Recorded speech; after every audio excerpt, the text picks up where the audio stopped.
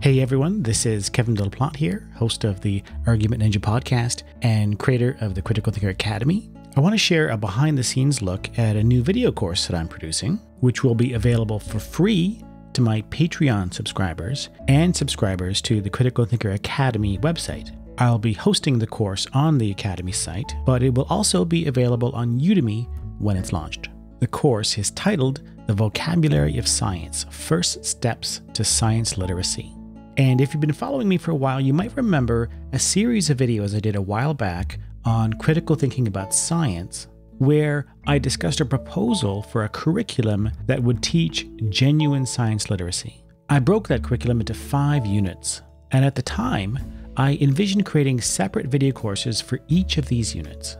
But then I started the Argument Ninja podcast, and my attention was diverted toward topics related to critical thinking and persuasion, and these science literacy courses never got made. Well, now this course is being made, and it's the first course in this series. So I want to give you a sneak peek at the content, but also share my process for creating a course like this. If you're interested in creating courses for platforms like Udemy or Skillshare, or hosting your own video courses on platforms like Teachable or Thinkific, I think you'll find this interesting. So this course focuses on the vocabulary of science. How are terms like theory, fact, law, hypothesis, and model actually used by scientists and by the general public? You might think that there's a single standard usage for all of these terms, but that's not the case.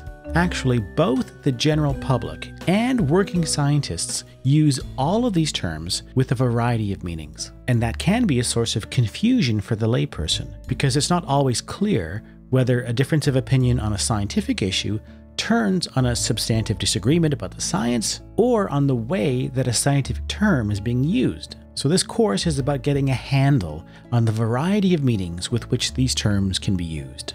Now, there's actually a small cottage industry devoted to clarifying these meanings in articles and blog posts and videos. But I'll share a secret with you. Most of these articles suck.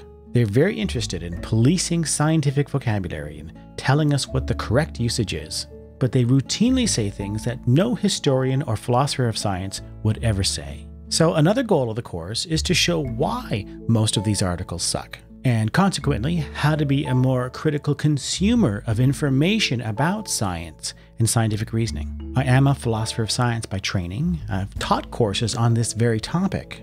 And I just recently finished teaching a course on this very topic at Carleton University here in my hometown of Ottawa, Canada. In fact, as I'm producing this video right now, I still have to finish grading final exams for this course. So it's all pretty fresh in my mind. What you're going to get in this course is a portion of the course that I just finished teaching. So let me briefly walk you through this outline.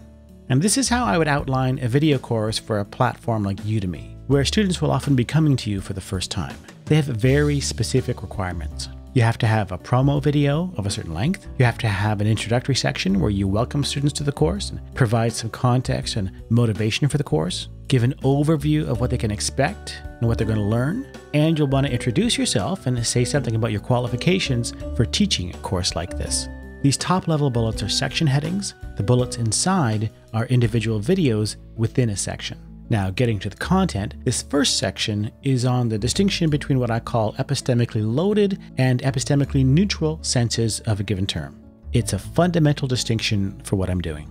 If you use the term theory, say, in an epistemically loaded way, that means that when you describe a set of claims as a theory, you're implying something about the epistemic status of that set of claims. You're implying something about the degree of evidential support there is for those claims, about their status as an object of knowledge.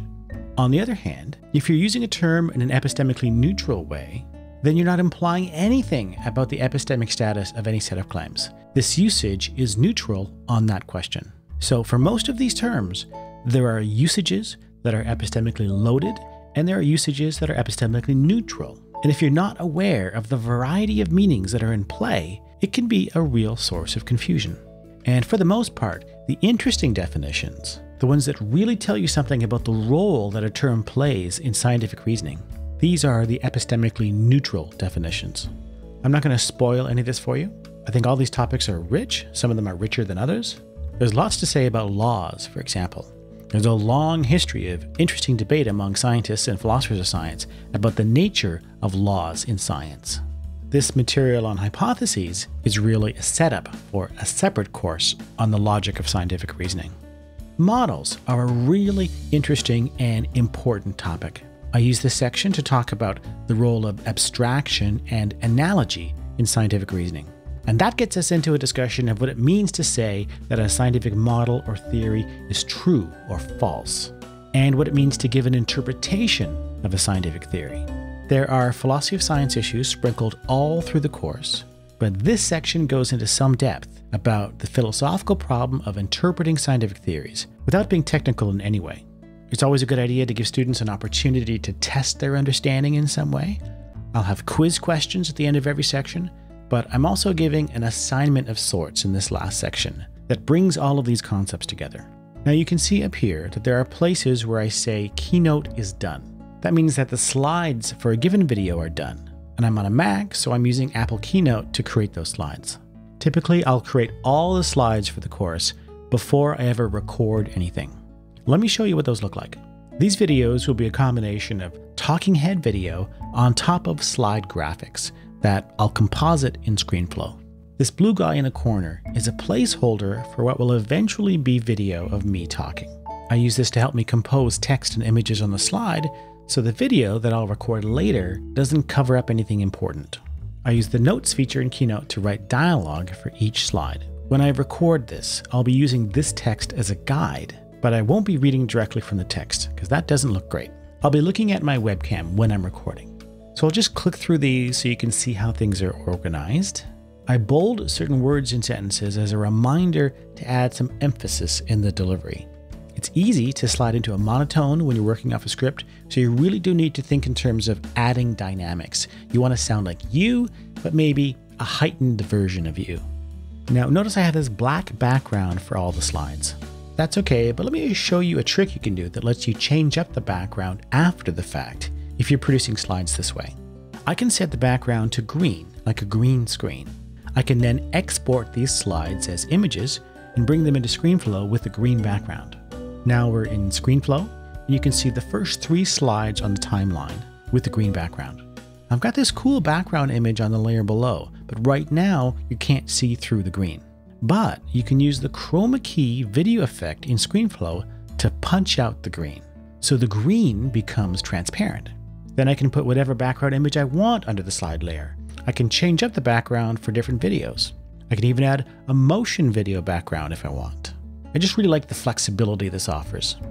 Now, when I record my talking head video, I just add that to a layer on top. This is still just a picture placeholder, but you get the idea. The audio and the video for the talking head will be in sync because I'm recording directly into ScreenFlow. I'll edit the webcam video directly on the timeline, and then you just adjust the length of the slides to sync with the audio properly. And that's basically it. Export the video and it's ready to upload to Udemy or YouTube or wherever you're hosting your course.